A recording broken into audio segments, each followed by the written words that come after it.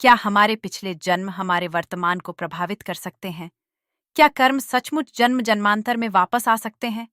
एक बार भारत की चहल पहल भरी गलियों में एक अमीर व्यापारी रहता था जो अपने इकलौते बेटे से बहुत प्यार करता था। लेकिन एक दिन त्रासदी घटी। तमाम कोशिशों और इलाज पर बेशुमार दौलत खर्च करने के बावजूद किस्मत ने कुछ और ही तय कर रखा था। उसका प्यारा बेटा असमय ही चल बसा। व्यापारी टूट गया और उसकी दुनिया भी टूट गई। उन्होंने बहुत धन कमाया, दुनिया का सम्मान अर्जित किया और आत्मविश्वास के साथ बोर्डरूम पर कब्जा किया। लेकिन इनमें से कुछ भी उनके बेटे को नहीं बचा सका।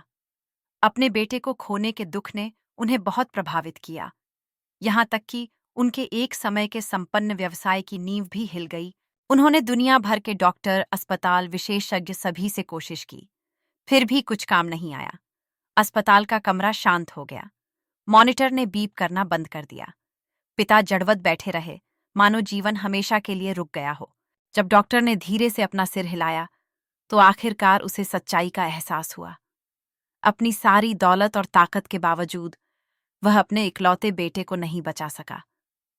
वह एक कुर्सी पर गिर पड़ा, अपना सिर पकड़ लिया, आंसू बह रहे थे। उसका दिल टूट गया। रात रात भर व्यापारी अपने बेटे की मौत का शोक मनाता रहा। फिर एक रात, एक रहस्यमय चमक से भरे सपने में उसका बेटा उसके सामने प्रकट हुआ।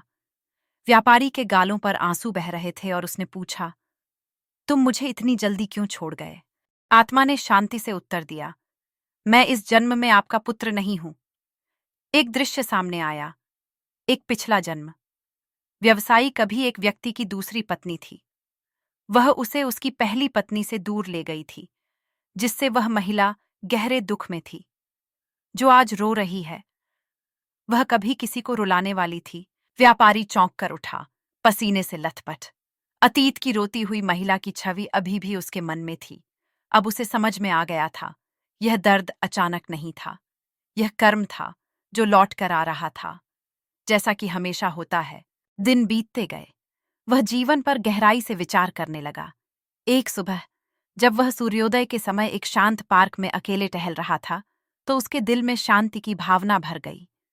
उसने आकाश में दृश्य देखे, अतीत की याद, कर्म की, जीवन के शाश्वत चक्र की। अब वह एक धनी व्यापारी के रूप में नहीं, बल्कि सत्य के प्रति जागरूक व्यक्ति के रूप में खड़ा है। हाथ जोड़कर और शांत मन से वह फुसफुसाता है, कर्म कभी नहीं भूलता, हमेशा अच्छा करो,